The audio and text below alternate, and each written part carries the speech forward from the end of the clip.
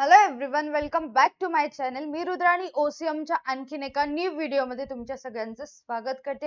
आजच्या व्हिडिओमध्ये आपण विम्याची तत्वे डिस्कस करणार आहोत. याच्या अगोदर आपण विम्यामधले जे काही टर्म्स असतात, विषय बाब काय असतं, विमाधारक कोण असतं, विमा हमीदार कोण असतं, प्रस्ताव काय असतं, त्याबद्दल डिटेलमध्ये जाणून घेतलो आहोत. So without wasting any time आपण आज विम्याची तत्वे पाहूयात. तर विम्याची तत्वे जे आहेत या वर्षीच्या बोर्ड एक्झाम साठी 2024 बोर्ड साठी खूप इम्पॉर्टंट आहे. हे नक्की एक्झामला येऊ शकतं. याचा चांगल्या पद्धतीने अभ्यास आपल्याला करायचा आहे. सो व्हिडिओ शेवटपर्यंत तुम्हाला पाहायचा आहे, स्किप करायचं नाही. स्टार्टिंगला फर्स्ट जो तत्व आहे, परमोच्च विश्वासाचे तत्व. फर्स्ट वन जो आहे, परमोच्च विश्वासाचे तत्व, विमा हमीदार आणि विमाधारक यांच्यामध्ये ट्रस्ट असलं पाहिजे, विश्वास असलं पाहिजे. इथे बघा, सर्व प्रकारच्या विमा करारामध्ये दोन्ही पक्षांना एकमेकांबद्दल पूर्ण विश्वास असणे आवश्यक आहे. दोन्ही पक्ष म्हणजे विमाधारक, विमा हमीदार किंवा विमा कंपनी किंवा विमा संस्था. ओके, कळलं? विमाधारक आणि विमा हमीदाराने सर्व भौतिक गोष्टी स्पष्ट, पूर्ण आणि योग्यरित्या उघड केल्या पाहिजेत. कोणतीच माहिती विमाधारकाने विमा कंपनीकडून लपवून ठेवली नाही पाहिजे. विमाधारकाने विमा हमीदारास म्हणजे विमा कंपनीला विषयबाब, सब्जेक्ट मॅटर, कोणत्या गोष्टीसाठी विमा काढायचा आहे ती विषयबाब संदर्भात संपूर्ण, स्पष्ट आणि बिनचूक माहिती पुरवली पाहिजे. फॉर एक्झाम्पल, आपल्याला आपल्या व्यवसाय संघटनेबद्दल एका मशीनवर विमा काढायचा असेल, त्यावेळेस त्या मशीन संदर्भातील, मशीनशी रिलेटेड सगळी इन्फॉर्मेशन आधी आपल्याला विमा कंपनीला, विमा हमीदाराला सांगावी लागेल. मशीन कधी घेतली, दिवसातून किती वेळेस त्या मशीनवर आपण मशीनकडून काम करून घेतो, त्या सर्व गोष्टी विमा कंपनीला सांगाव्या लागतात. त्याचप्रमाणे विमा हमीदाराने कराराच्या अटी, शर्तीची संबंधित माहिती विमाधारकास प्रदान करणे आवश्यक आहे. ठीक आहे, विमाधारक स्पष्टपणे सगळी इन्फॉर्मेशन विमा कंपनीला सांगायला, बट विमा कंपनी जे अग्रीमेंट होतं ते साइन करून घेते वेळी विमा धारकांकडून काही टर्म्स आणि जे काही शर्ती असतात, अटी असतात त्या लपवल्या. नंतर ज्यावेळेस नुकसान झालं, तुम्ही साइन केल्या, तुम्हाला हे सगळं तुम्ही साइन केलेलं आहे असं जमणार नाही असं म्हणलं तर चालणार नाही. म्हणजेच काय, जसं विमाधारक सगळ्या गोष्टी सांगतो, त्याचप्रमाणे विमा कंपनीला सुद्धा सगळ्या अटी आणि शर्ती, त्याबद्दल इन्फॉर्मेशन विमाधारकाला द्यावे लागतात. पूर्ण योग्य आणि स्पष्ट माहिती प्रदान करण्यास विमाधारक अयशस्वी झाल्यास विमा हमीदार दावा फेटाळू शकतो. विमाधारकाने चुकून सुद्धा खोटी माहिती विमा कंपनीला जर दिली, अशा वेळेस विमा कंपनी कोणत्याही प्रकारची नुकसान भरपाई करणार नाही. कितीही नुकसान होऊ दे, तुम्ही खोटी माहिती सांगलात म्हणून विमा कंपनी पैसे देणार नाही. इथे एक्झाम्पल दिले बघा. श्री शंतनू यांनी विमा घेताना त्यांच्या हृदय शस्त्रक्रियेसंदर्भी हार्टचं त्यांच्या ऑपरेशन झालेलं आहे, ती माहिती विमा कंपनीकडून लपवून ठेवली. ती माहिती दिली नव्हती. कोणाला? विमा घेताना विमा कंपनीला ती माहिती दिली नव्हती. त्यांच्या मृत्यूनंतर विमा संस्थेला या वस्तुस्थितीची माहिती मिळाली. काय झालं होतं, श्री शंतनू यांनी त्यांचा हेल्थ इन्शुरन्स काढून ठेवला होता, बट विमा काढतेवेळी, इन्शुरन्स काढतेवेळी माझं एकदा हार्टचं ऑपरेशन झाले ही इन्फॉर्मेशन लपून ठेवली होती. हेल्थ इन्शुरन्स काढतोय म्हणजे कुठं काय आपली शस्त्रक्रिया झालेली आहे ते सांगावी लागेल ना, मग ती इन्फॉर्मेशन शंतनूनी लपून ठेवली होती. मग अशा वेळेस अचानक त्यांचा मृत्यू झाला. मृत्यू झाल्यानंतर विमा कंपनीला समजलं की शंतनूचं हृदयाचं शस्त्रक्रिया झाली होती, हार्टचं त्याचं ऑपरेशन झालं होतं, हे नंतर समजलं. मग अशा वेळेस श्री शंतनू यांनी विमा घेताना योग्य पूर्ण माहिती न पुरविल्यामुळे कारण हार्टचं ऑपरेशन झाले ते सांगितलं नसल्यामुळे त्यांच्या कुटुंबातील वारसदारांना विमा संस्थेने भरपाई देण्यास नकार दिला. भरपाई देणार नाही, कारण त्यांनी खोटी माहिती पुरवली होती. त्यांनी सांगितलं नव्हतं की माझं हृदयाचं ऑपरेशन झालेलं आहे, म्हणून विमा कंपनी देणार नाही. कस काय देणार नाही, तर परमोच्च विश्वासाचं तत्व काय म्हणतं, विमा कंपनी आणि विमाधारक यांच्यामध्ये ट्रस्ट असला पाहिजे, विश्वास असला पाहिजे. दोघांनीही एकमेकांपासून माहिती लपवून ठेवू नये. जे काही वस्तुस्थिती आहे, जे काही माहिती आहे, सगळी कट टू कट इन्फॉर्मेशन दोघही एकमेकांना सांगावी. दोघांमध्ये विश्वास असावा लागतो. परमोच्च विश्वासाचं तत्व समजलं? Yes or no? Yes. Second one आहे आता विमा हिताचे तत्व. विमा हिताचे तत्व, इन्शुरन्स काढतो त्यामध्ये विमाधारकाचा विमा हित असतो. आता एक्झॅक्टली विमा हित म्हणजे काय बघा, इथे तेच सांगितले. विमा हिताचे तत्व म्हणजे विषय बाबीमध्ये, सब्जेक्ट मॅटर मध्ये. विषय बाब म्हणजे काय, एक्झॅक्टली ते वर्ड आपण अगोदरच्या व्हिडिओ मध्ये पाहिलं. तो व्हिडिओ आधी पहा, मगच तुम्हाला हा व्हिडिओ समजेल. विषय बाबीमध्ये असलेले विमाधारकाचे आर्थिक हित होय. विमा हित म्हणजे काय, फॉर एक्झाम्पल समजून घ्यायचंय. मी या पेनीसाठी, ही पेन तुम्हाला दिसतीये, हे बघा, या पेनीसाठी मी विमा काढलेला आहे. अशा वेळेस मी या पेनीसाठी विमा काढायले, म्हणजेच काय, या पेनीचं नुकसान जरी झालं तरी यापासनं मला काहीतरी नुकसान भरपाई मिळते, म्हणजेच मला आर्थिक हित व्हायले. भलेही ही पेन हरवली, खराब झाली, काहीतरी झालं, पण याच्यासाठी मी इन्शुरन्स काढून ठेवलं होतं. मग इन्शुरन्स कंपनी मला काहीतरी पैसे देते हे मला माहित आहे, म्हणजेच हे काय, माझं आर्थिक हित आहे, आर्थिक लाभ व्हायले मला. ओके. विमाधारकाला विषय बाबीमध्ये काहीतरी आर्थिक स्वारस्य या पेनीमध्ये जसं मला आर्थिक स्वारस्य होतं असणे आवश्यक आहे. विमा हिताचे तत्व सर्व प्रकारच्या विमास लागू असते. अग्निविमा, जीवन विमा, सागरी विमा, विमा हिताचे तत्व तिन्ही विमा प्रकाराला लागू होत असतं. विषय बाबीवर विमा उतरविणे आवश्यक असतं. सब्जेक्ट मॅटर कशावरही आपण कशासाठीही विमा काढू शकतो. जेव्हा त्या विषय बाबीचे अस्तित्व विमाधारकास आर्थिक फायद्यात ठेवते, तर विषय बाब नसल्यामुळे त्याला आर्थिक तोटा होऊ शकतो. साधं सिंपल लॉजिक आहे. मी काय म्हंटले, ही पेन दिसायली, या पेनीसाठी मी विमा काढून ठेवला होता आणि ही पेन हरवली. मग मी इन्शुरन्स कंपनीकडे गेले आणि दावा केले की बाबा मी या पेनीसाठी विमा काढला होता, पेन चोरीला गेली. मग अशा वेळेस ते पडताळणी करतात, चौकशी करतात आणि नुकसान भरपाई करतात. पेनीचे पैसे मला देतात, म्हणजेच मला आर्थिक लाभ झाला, आर्थिक हित झालं. म्हणजेच काय, या विषय बाबीसाठी मी विमा काढले होते म्हणून मला माझं आर्थिक हित झालं. जर मी या पेनीसाठी विमा काढून ठेवला नव्हता, मी इन्शुरन्स या पेनीसाठी काढले नाही, अचानक ही पेन हरवली, अशा वेळेस मला काय घंटा मिळेल का? मिळणार नाही. नुकसान भरपाई कशी मिळेल? काहीच मिळणार नाही, कारण मी विमा काढून ठेवला नव्हता. म्हणजेच मला आर्थिक तोटा झाला. पेन पण गेली आणि पैसे पण नाही मिळाले. समजलं आर्थिक तोटा काय झाला ते? उदाहरणार्थ, एखाद्या व्यक्ती संदर्भात स्वतःचे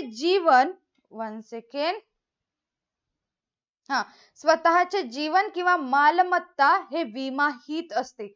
आता विमाहितामध्ये कशा कशाचा संबंध होतो, तर स्वतःची लाईफ, स्वतःचं जीवन, या बॉडीवरती सुद्धा आपण विमा काढू शकतो आणि आपल्या व्यवसाय संघटनेत असणाऱ्या मालमत्तेवर किंवा घरच्या कोणत्या मालमत्तेवर आपण विमा काढू शकतो.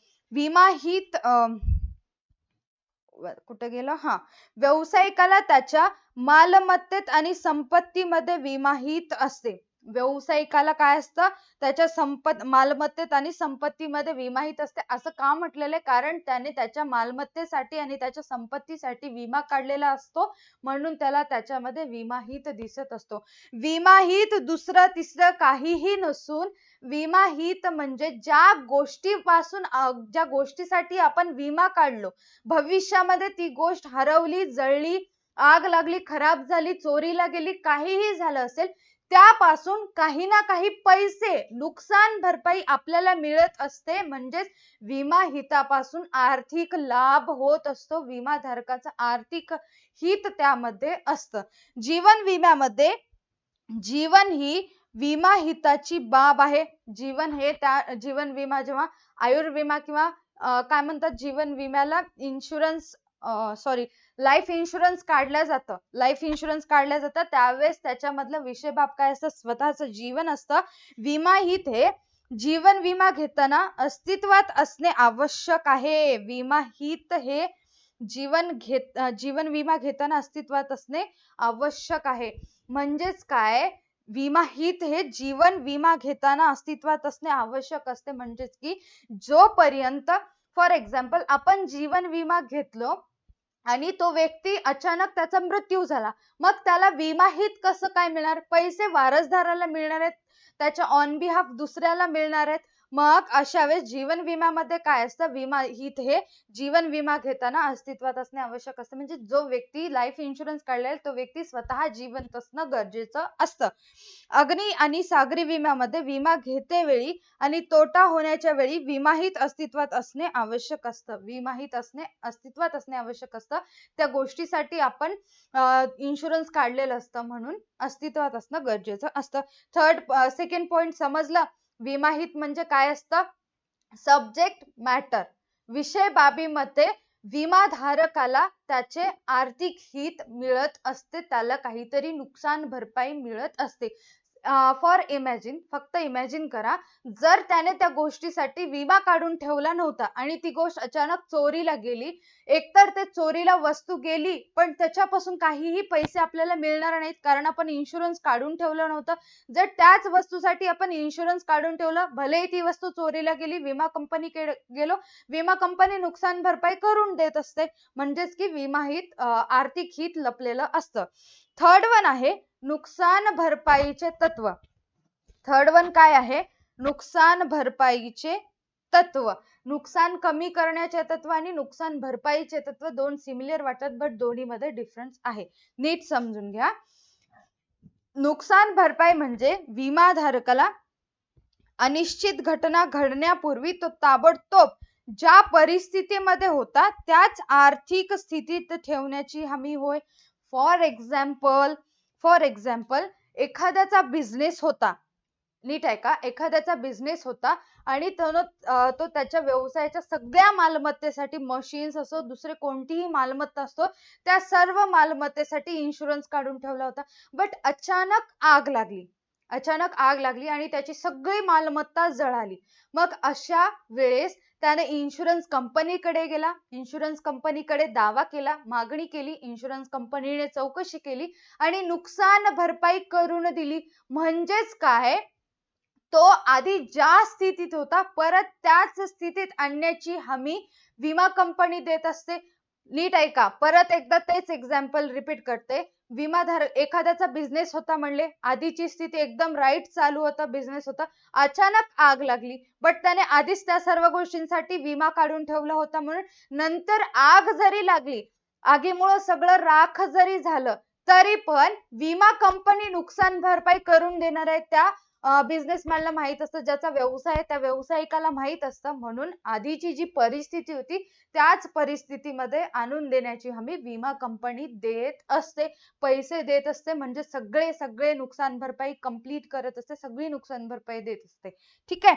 नुकसान भरपाईचे तत्व हे अग्नी, सागरी आणि सर्वसाधारण विम्यास लागू होते. याचा अर्थ जीवन विम्यास लागू होत नाही.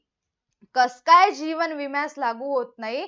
जसं नुकसान भरपाईच्या तत्वामध्ये सांगितलेलं आहे की जर एखाद्याची मालमत्तेला नुकसान झालं तर विमा कंपनी आधी ज्या स्थितीमध्ये ती मालमत्ता होती त्या स्थितीमध्ये आणून देण्याची हमी देते. बट जीवन विम्यामध्ये, लाईफ इन्शुरन्स मध्ये एखाद्याच्या जीवनाचा विमा काढला जातो. फॉर एक्झाम्पल एखादा व्यक्ती आहे, नावाचा व्यक्ती आहे किंवा राकेश नावाचा व्यक्ती आहे, त्याने त्याच्या स्वतःच्या जीवासाठी विमा काढला होता. मग नुकसान भरपाईचे तत्व, त्याच्या स्वतःसाठी विमा काढला होता, मग अचानक त्याचा मृत्यू झाला, अचानक त्याचा मृत्यू झाला. मग मला सांगा, साधा सिंपल क्वेश्चन आहे, विमा कंपनी त्या राकेशचा मृत्यू झाल्यानंतर परत त्याच स्थितीमध्ये त्याला आणून ठेवेल का? तो व्यक्ती मरून गेला, राकेश मरून गेला, तो जिवंत नाही, परत त्या स्थितीमध्ये आणून ठेवत का? त्याच्यामध्ये त्याचं गेलेले जीव परत आणून त्याला राकेशला जिवंत करेल का? अजिबात नाही. म्हणून विमा कंपनी नुकसान भरपाईचे तत्व जीवन विम्यास लागू होत नाही. कारण कोणतेही जीवनहानी आणि आर्थिक दृष्टिकोनातून मोजता येत नाही. गेलेला जीव परत आणता येत नाही. राकेश परत जिवंत होऊ शकत नाही. म्हणून नुकसान भरपाईच्या तत्वास जीवन विमा लागू होत नाही. विमाधारकाचा मृत्यू झाल्यास त्याच्या नामनिर्देशित व्यक्तीस विम्याची वास्तविक रक्कम अदा केली जाते. ज्या ठिकाणी तो नामनिर्देशित व्यक्तीचं नाव लिहिलेलं असते किंवा त्याच्या वारसदाराला नुकसान भरपाई करून दिली जाते. ऑन बिहाफ त्याच्या पैसे त्या व्यक्तीला दिल्या जातात. या तत्वानुसार विमा हमीदार आणि विमाधारकास झालेल्या नुकसानाची भरपाई करण्यास बांधील असतो. कंपल्सरी विमा कंपनीला विमा धारकाला कंपल्सरी पैसे द्यावे लागतात. वास्तविक नुकसान भरपाईची रक्कम विमा राशी किंवा तोटा यापैकी जे कमी असेल इतकीच मर्यादित असते. फॉर एक्झाम्पल, आता हे काय हे समजलं नाही तर इथे बघा, जर 2 लाखाची मालमत्ता 1 लाख एवढी विमा संरक्षित असेल आणि संपूर्ण मालमत्ताच आगीने नष्ट झाली, 1 लाख एवढ्या भरपाईचा दावा विमा कंपनी करू शकते. इथं काय म्हणलंय नीट बघा. हा एक बिझनेसमॅन आहे, व्यावसायिक आहे. याने काय केलं होतं, त्याच्या व्यवसाय संघटनेमध्ये मालमत्ता 2 लाखाची होती. बट त्याने इन्शुरन्स काढलाय फक्त 1 लाखाच्याच मालमत्तेसाठी. विमा कितीवर काढला? 1 लाखाच्या मालमत्तेवर. बट अचानक एकदा व्यवसाय संघटनेमध्ये आग लागली. प्रॉपर आग लागली, एकदम भयानक जाळ लागलं. मग त्याची ओव्हरऑल 2 लाखाची मालमत्ता जळून खाक झाली. मग ज्या वेळेस हा जो व्यावसायिक आहे तो विमा कंपनीकडे गेला आणि विमा कंपनीकडे दावा केला की माझा व्यवसायाला नुकसान झालं, मी इन्शुरन्स काढून ठेवलं होतं, मला नुकसान भरपाई द्या म्हणलं. विमा कंपनी चौकशी केली, नुकसान भरपाई द्यायला तयार झाली. बट अशा वेळेस विमा कंपनी जी असते, विमा कंपनी असं असतं आपलं, ठीक आहे. विमा कंपनी जी असते त्यावेळेस जेवढ्या रकमेसाठी त्यांनी विमा काढला होता तेवढ्याच रकमेचं विमा कंपनी नुकसान भरपाई करत असते. भलेही याची 2 लाखाची मालमत्ता जळाली असेल, विमा कंपनीला फरक पडत नाही, कारण त्यांनी विमा कितीचा काढला होता? 1 लाखाचाच. म्हणून विमा कंपनी सुद्धा एवढीच रक्कम देते, याच्यापेक्षा जास्त देत नाही. कळलं? नेक्स्ट वन आहे, नुकसान भरपाईचे तत्व क्लिअर झालं. 4th वन आहे प्रत्यासनाचे तत्व, अधीनतेचे तत्व असं सुद्धा याला म्हणतात. हे तत्व नुकसान भरपाईच्या सर्व करारांसाठी लागू आहे. नुकसान भरपाईचे सगळे करार म्हणजेच काय? टोटल आता जी रक्कम कमी असेल ते सर्व गोष्टी म्हणजेच काय? प्रॉपर आता जी स्थिती होती त्या स्थितीमध्ये परत आणण्याची हमी देत असते. हे तत्व नुकसान भरपाईच्या सर्व करारांसाठी लागू आहे आणि अग्नि विम्याला आणि सागरी विम्याला लागू होते, पण जीवन विम्याला लागू होत नाही. या करारासाठी सुद्धा प्रत्यासनाचे तत्व सेम आहे. या तत्वानुसार विमाधारकाच्या मालमत्तेच्या हानीमुळे, कोणाच्या? विमाधारकाच्या मालमत्तेच्या हानीमुळे झालेल्या नुकसानाची भरपाई झाल्यावर अशा मालमत्तेचा मालकी हक्क विमा हमीदाराकडे, विमा संस्थेकडे जातो. म्हणजेच काय? इथे एक्झाम्पल दिलेलं आहे, आधी ते पाहूया. इथलं कंप्लीट करते मग एक्झाम्पल सांगते. नुकसान झालेल्या घटनेनंतर हानी झालेल्या मालमत्तेचे काही मूल्य असेल तेव्हाच हे तत्व लागू होते. आता इथे एक्झाम्पल काय दिले बघा, तुमच्या बुक मधले एक्झाम्पल. श्री अ यांच्याकडे दुचाकी वाहन आहे. अ नावाचा व्यक्ती आहे, त्याच्याकडे 2 व्हीलर आहे. वाहन चोरीला गेले, त्याचं जे 2 व्हीलर होतं, जे बाईक होती ती चोरीला गेली आणि त्यानंतर श्री अ यांनी स्थानिक पोलीस ठाण्यात फिर्याद केली. स्थानिक पोलीस स्टेशन मध्ये गेला, त्याच्या जवळच्या पोलीस स्टेशन मध्ये गेला आणि तिथे FIR लिहिलं की माझी बाईक चोरीला गेलेली आहे, तुम्ही शोधून द्या. पोलिसांकडून अहवाल मिळाल्यानंतर विमा संस्थेने वाहनाच्या नुकसानाची भरपाई संपूर्ण भरपाई श्री यांना केली. आता एवढ्या सिच्युएशन मध्ये बऱ्याच गोष्टी झालेल्या आहेत, नीट समजून घ्या. नावाचा व्यक्ती होता, त्याची एक टू व्हीलर होती. नावाचा व्यक्ती होता, त्याची एक टू व्हीलर होती. त्यासाठी त्या बाईक साठी त्याने विमा काढून ठेवला होता आणि ती बाईक अचानक चोरीला गेली. मग तो नावाचा व्यक्ती काय केला, जवळपासच्या पोलीस स्टेशन मध्ये गेला, FIR दर्ज केला आणि म्हणला की माझी बाईक चोरीला गेली, तुम्ही शोधून द्या. पोलिसांनी तपशील केला, अहवाल सादर केला, सगळीकडे शोधलं, बट त्याची बाईक भेटली नाही. मग अशा वेळेस तो विमा कंपनीकडे गेला. त्याला आठवलं की मी त्यासाठी बाईकसाठी इन्शुरन्स काढून ठेवलं होतं. मग विमा कंपनीकडे केला, दावा केला. विमा कंपनी चौकशी करते. अशा वेळेस विमा कंपनी त्याने ज्या पोलीस स्टेशन मध्ये फिर्याद केली होती, FIR लिहिलं होतं, त्या पोलीस स्टेशन मध्ये चौकशी करते की बाबा नावाचा व्यक्ती तुमच्याकडे आला होता का, त्याची बाईक चोरीला गेली होती, ती बाईक तुम्हाला सापडली का? जोपर्यंत पोलीस नाही त्याची बाईक आम्हाला सापडली नाही म्हणले की विमा कंपनी लगेच नावाच्या व्यक्तीला त्याची नुकसान भरपाई करते. त्याच्यानंतर काय होते, त्यानंतर पोलिसांनी चोरी झालेले वाहन ताब्यात घेतले. अचानक त्याची जी बाईक चोरीला गेली होती, विमा कंपनी त्याला नुकसान भरपाई देऊन टाकली. मग काही दिवसानंतर जी चोरी झालेली बाईक होती ती सापडली. जी चोरी झालेली बाईक होती ची, ती बाईक सापडली. मग ती बाईक पोलिसांच्या ताब्यात आली. अशा परिस्थितीत वाहन मालकाचा सदर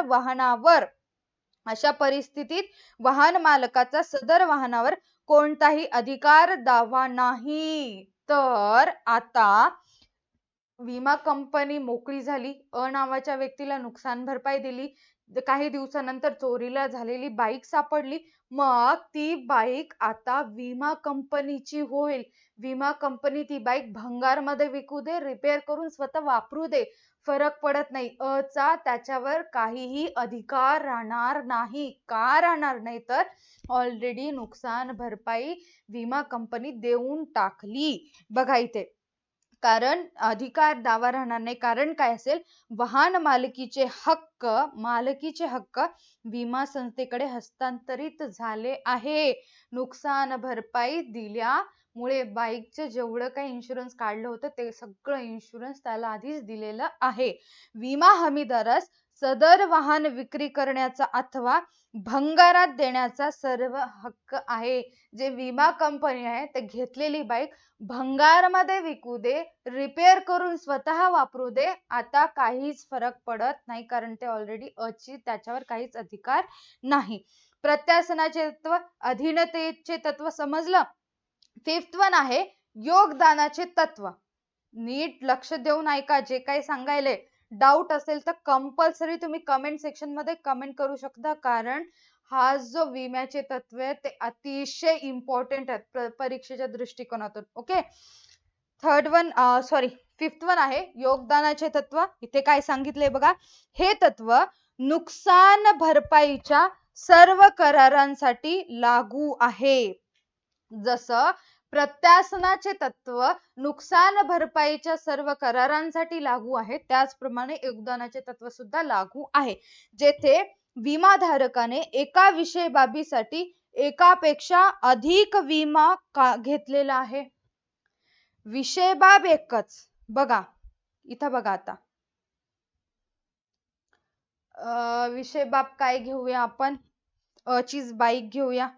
बाईक तर आपल्याला काढायला जमत नाही, इथे लिहिते. ठीक आहे, या बाईक साठी ने विमा काढलेला आहे. या बाईक साठी ने विमा काढलेला आहे. मग अशा वेळेस योगदानाचे तत्व काय म्हणतं, व्यक्ती जो आहे एकापेक्षा जास्त इन्शुरन्स कंपनीकडून आधी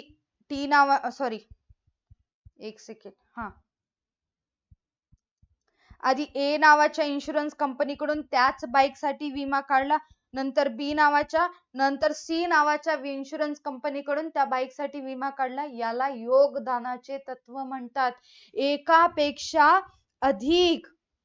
एकापेक्षा अधिक विमा कंपनीकडून या बाईकसाठी त्याने विमा काढलेला आहे, याला योगदानाचे तत्व म्हणतात. इथे तेच सांगितले, चेक करा. ओके. हा, या तत्वानुसार विमाधारक केवळ एका विमे संस्थाकडून अथवा सर्व विमा हमीदारांकडून वास्तविक नुकसानाच्या भरपाईचा दावा करू शकतो. एक नाही तर 3-3, 4-4 इन्शुरन्स कंपनीकडून त्याच विषय बाबीसाठी, त्याच वस्तूसाठी विमा काढता येतो. एखाद्या विमा संस्थेने पूर्ण नुकसान भरपाई केली असेल तर ती विमा संस्था इतर संस्थांकडून प्रमाणित प्रोपोर्शनेट विमा कंपनी रकमेचा दावा करू शकते. आता एक्झाम्पल बघा आणि इथल्या एवढ्या पॅराग्राफचा मीनिंग समजून घ्या. इथे बघा, कुमारी सायली यांनी, दिसतंय तुम्हाला, कुमारी सायली यांनी आपली मालमत्ता दोन वेगवेगळ्या विमा हमीदारांकडे म्हणजेच विमा कंपनींकडे 2,50,000 ला संरक्षित केले. 2,50,000 2.5 लाखासाठी इन्शुरन्स काढलं 2 वेगवेगळ्या विमा कंपन्यांकडे. तर ती या विमा हमीदाराकडे किंवा विमा कंपनीकडे रुपये 1 लाख मालमत्तेच्या किमतीच्या 2.5, ठीक आहे, आणि आर या विमा हमीदाराकडे 1,50,000. टी कडे किती लाखासाठी? 1 लाखासाठी आणि आर कडे 1.5 लाखासाठी विमा काढला. ठीक आहे, जी होती 3/5 काढलेला आहे. जर कुमारी सायली यांची 1,20,000ची मालमत्ता नष्ट झाली, ऍक्च्युअल मध्ये समजून घ्या, ही सायली नावाची मुलगी आहे. ही सायली नावाची मुलगी आहे. तिने 2 वेगवेगळ्या, हे टी इन्शुरन्स कंपनी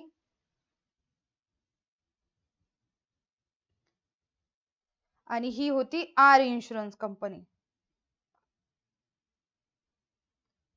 ठीक आहे, 2 वेगवेगळ्या विमा कंपनीकडून विमा काढली. मग जे टी इन्शुरन्स कंपनी होती त्यांच्याकडे 1 लाखाच्या मालमत्तेसाठी विमा काढली आणि आर कडे 1,50,000च्या मालमत्तेसाठी विमा काढले. किती? 1,50,000च्या. मग त्याच्यानंतर काय झालं?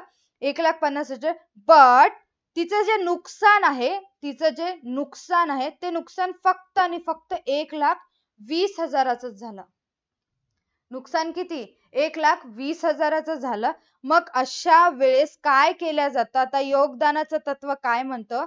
तर आता ती इन्शुरन्स नुकसान भरपाई कोण करणार? तर इथे बघा, 1,20,000ची मालमत्तेचं नुकसान झालं, नष्ट झाली. दोन्ही विमा संस्था वास्तविक नुकसानीसाठी आपला वाटा देतील, नाहीतर 1,20,000ला प्रोपोर्शनेट योग्य त्या प्रमाणामध्ये दोघं मिळून काय म्हणतात ते सेटलमेंट करून दोघं पाहिजे तेवढी रक्कम देऊ शकतात. 1,20,000 झाले म्हणजे 60,000 ते देऊ शकतात. नाहीतर काय केलं जातं? टी हमीदार 48,000 तोट्याच्या 2.5 आणि आर हमीदार 72,000 नुकसान भरपाई करून देईल. असं कस काय करेल? टी कमी देईल आणि आर जास्त देईल, असं का करायले म्हणलं तर तुम्ही इथे पाहू शकता, टी कडे जे इन्शुरन्स काढलं होतं त्याची कमी रक्कम होती, 1 लाखासाठीच काढलं होतं, बट आर कडे जे काढलं होतं 1,75,000 अर्ध्या किमतीची ते अमाऊंट देत असतात. ठीक आहे, समजलं योगदानाचे तत्व काय आहे ते? 2 कंपन्या एकत्रित सुद्धा देऊ शकतात किंवा आर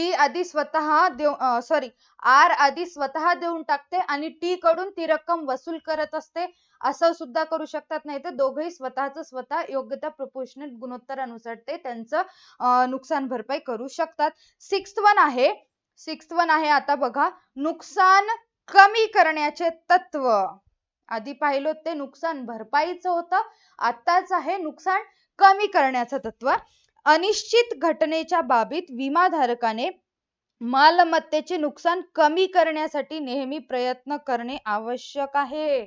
भलेही आपण त्या विषय बाबीसाठी विमा काढून ठेवलोत म्हणून त्याचं नुकसान व्हायले आपण बघत बसलोत, हे चुकीचं आहे. तर त्या ठिकाणी विमाधारकाला आपल्या मालमत्तेचं किंवा आपल्या विषय बाबीचं जर नुकसान होत असेल तर ते नुकसान कमी करण्यासाठी प्रयत्न करावं लागतं. फॉर एक्झाम्पल, त्याने त्याच्या घरासाठी विमा काढून ठेवला होता. त्याच्या घरासाठी त्याने इन्शुरन्स काढून ठेवलं होतं. बट अचानक त्याच्या घराला आग लागली. मग तो असा हातात हात घालून बघत राहिला. घर जळू लागले त्यानं बघत राहिला. इन्शुरन्स कंपनीला समजलं, गेला दावा केला. इन्शुरन्स कंपनी चौकशी केली. मग काही वेळेस इन्शुरन्स कंपनी नुकसान भरपाई करत नाही.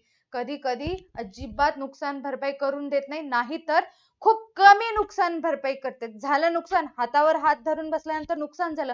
तेच तो व्यक्ती आपल्या घराला आग लागलेली म्हणून पाणी टाकायचा प्रयत्न केला, आग विझवायचा प्रयत्न केला. भले विमा कंपनी नुकसान भरपाई करू दे किंवा न करू दे, थोडी बहुत तरी आपल्याला वाटलं की हा माझं जळालं तर जळालं, बट अर्ध तरी राहिलं असं तरी वाटतं. मग त्याने ते केलं नाही म्हणून झालं नुकसान. इथे ते सांगितलंय, नुकसान कमी करण्याचा प्रयत्न केलं पाहिजे. विमाधारकाने तोटा कमी करण्यासाठी सर्व संभाव्य उपाय व पावले उचलणे आवश्यक आहे. कंपल्सरी काही ना काही ऍक्टिव्हिटी, काही ना काही प्रयत्न करावे लागतात. विमा कंपनी सगळीच अमाऊंट देते असं नाही. कधी कमी पण देते, कधी जास्त पण देते, कधी देतच नाही. म्हणून त्याच्या भरोश्यावर बसायचं नाही. आपल्याला जेवढं होतं तेवढं नुकसान कमी करण्याचा प्रयत्न करायचा. म्हणूनच मालमत्तेचे रक्षण करणे आणि तोटा टाळणे ही विमाधारकाची जबाबदारी आहे. उदाहरण बघा, श्री जयंत यांच्या घराला आग लागली. सेम एक्झाम्पल आहे. अशा परिस्थितीत श्री जयंत निष्क्रिय राहू शकत नाहीत, हातावर हात धरून बसू शकत नाहीत आणि घराला आगीपासून वाचविण्यासाठी त्यांनी प्रयत्न करणे आवश्यक असते. त्यांनी कोणती तरी ऍक्टिव्हिटी करायला पाहिजे. काय म्हणतात, अग्निशामक दलाला कॉल तरी करायला पाहिजे किंवा पाण्याने आग विझवण्याचा प्रयत्न तरी करायला पाहिजे. श्री जयंत हे सक्रिय असले पाहिजे, म्हणजेच ऍक्टिव्ह असले पाहिजे आणि घराचा विमा घेतला आहे म्हणून ते घर जळताना बघू शकत नाहीत. म्हणजेच काहीतरी प्रयत्न करायला पाहिजे. याला नुकसान कमी करण्याचे तत्व म्हणतात. लास्ट वन आहे सर्वसाधारण कारण तत्व. याला निकटतम तत्व असं म्हणतात. आता इथे काय सांगितले बघा, या तत्वानुसार जेव्हा एकापेक्षा जास्त कारणामुळे नुकसान होते तेव्हा विमा हमीदाराचे उत्तरदायित्व ठरविण्यासाठी नुकसानीचे सगळ्यात जवळचे कारण विचार घेतले जाते. असं नाही की विषय बाबीसाठी विमा काढलो आणि तो विमा नुकसान लई कारणामुळे झालेला आहे, नुकसान खूप कारणामुळे झालेला आहे, मग अशा वेळेस सगळ्यात जवळचं कारण शोधून त्याच गोष्टीसाठी विमा दिला जातो. एक्झाम्पल घेतल्यानंतर तुम्हाला समजेल. सामान्यतः नुकसानीच्या सर्व कारणांसाठी विमा न उतरविता संभाव्य कारणांसाठी विमा उतरविला जातो. ऍक्च्युअली ज्या कारणामुळे नुकसान होऊ शकतं त्याच कारणासाठी विमा घ्यावा लागतो. अशा परिस्थितीत नुकसानीचे सर्वात जवळचे संभाव्य कारण शोधले जाते. जर नुकसानीचे संभाव्य कारण हे विमा सुरक्षित केले गेले नाही, विषय बाबीसाठी विमा काढलो आणि दुसऱ्याच कारणाने नुकसान झालंय, काढलो एका कारणासाठी पण दुसऱ्याच कारणामुळे नुकसान झाले, अशा वेळेस विमा कंपनी कुठल्याही प्रकारची नुकसान भरपाई करणार नाही. तसेच तरच विमा हमीदार नुकसान भरपाई जबाबदार असतो. तथापि नुकसानीचे संभाव्य कारण विमा सुरक्षित नसल्यास भरपाई मिळत नाही. मी सांगितले. ओके, एक्झाम्पल बघा आणि समजून घेण्याचा प्रयत्न करा. उदाहरणार्थ, विमादाराने चोरीच्या जोखीमासाठी त्याच्या घरामध्ये चोरी होईल या भीतीने, चोरीच्या जोखीमासाठी त्याने स्वतःच्या घरासाठी इन्शुरन्स काढून ठेवला होता. ठीक आहे, स्वतःच्या घरासाठी त्याने चोरी होईल घरामध्ये कधीतरी, पैसे खूप जास्त होते म्हणून त्याने इन्शुरन्स काढून ठेवला होता. सदर घरात चोरी झाली. एका दिवशी घरामध्ये चोरी झाली आणि घर सोडण्यापूर्वी चोराने चोरी तर केली, बट जाता जाता काड्या करून गेले, घराला आग लावून गेले. उगाच जावं की नाही, घराला त्यांनी आग लावली, घर ढणढण ढणढण पेटू लागलं. मग अशा वेळेस नुकसानीचे दोन कारण आहेत. पहिलं कारण काय, चोरी झाली. दुसरं कारण काय, आग लागलं. चोरी आणि आग दोन कारण झाले. नुकसानीचे सर्वात जवळचे कारण काय होतं, आग हे होतं. कारण आगीमुळे चोरी झाल्याच्या तुलनेत जास्त नुकसान झालेलं आहे. सगळं मालमत्ता जळून खाक झाली आहे. घरासहित सगळंच जळून गेलेलं आहे. पण इन्शुरन्स कशासाठी काढलं होतं? चोरीसाठी. इथंच चुकले. बघा, अशा वेळी घराचा विमा हा चोरीच्या जोखीमासाठी, भविष्यामध्ये घरामध्ये चोरी होईल यासाठीच विमा काढला होता आणि आगीमुळे होणाऱ्या नुकसानीचा नाही. आगीसाठी काढून ठेवला नव्हता. तर विमाधाराला विमा संस्थेकडून आगीमुळे झालेल्या नुकसानाची भरपाई मिळणार नाही. चोरीमुळे झालेल्या नुकसानाची भरपाई देण्यास विमा हमीदार बांधील आहे. कितीही मोठं जवळचं कारण असलं तरी पण चोरीसाठीच विमा काढून ठेवला होता म्हणून तेवढंच नुकसान भरपाई करत असते. दुसरं एक्स्ट्रा अमाउंट विमा कंपनी कधीही देत नाही. आय होप तुम्हाला हे सगळे विम्याची तत्वे समजले असतील. जर नाही समजले किंवा काही डाऊट असेल तर तुम्ही कमेंट सेक्शन मध्ये नक्की कमेंट करू शकता. आणखीन एक इम्पॉर्टंट गोष्ट, आता हे जे पॉइंट्स आहेत मी तुम्हाला इथे बुक मधलेच असलेले एक्झाम्पल एक्सप्लेन केले, बट जे बिग बुल बॅच आहे त्यामध्ये मी डिटेल 1 ते 2 प्रत्येक पॉइंट्सला 1 ते 2 एक्झाम्पल सांगून प्रत्येक पॉइंट एक्सप्लेन केलेले. सो तुम्हालाही हे असे एक्झाम्पल द्वारे हे पॉइंट समजून घ्यायचे असेल तर तुम्हाला बिग बुल बॅच जॉईन करावं लागेल. त्याच्या आधी या व्हिडिओला लाईक करायचंय, चॅनलला सबस्क्राईब करायचंय. आजच्या व्हिडिओसाठी एवढंच. Tata bye bye, take care, stay connected.